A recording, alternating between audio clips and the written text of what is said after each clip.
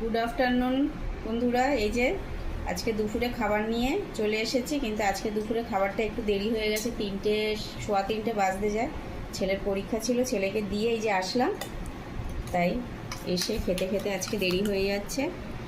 আজকে করেছি গরম ভাত, একটু ঢ্যাঁড়স মাখা, নুন আর কাঁচা লঙ্কা দিয়ে,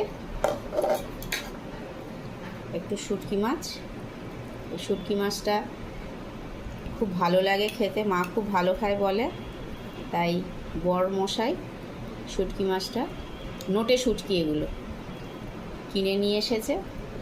এটা আমাদের খুবই ভালো লাগে, আর মা বেটে করে তো আরও বেশি ভালো লাগে। আর চিংড়ি মাছের একটু ঝোল করেছি, বেশি ঝোল না, অল্প ঝোলই করেছি, ভালোই লাগে খেতে। সাথে লেবু আর লঙ্কা, এটা দিয়ে মেয়েকে এখন খেতে দিয়ে দেব।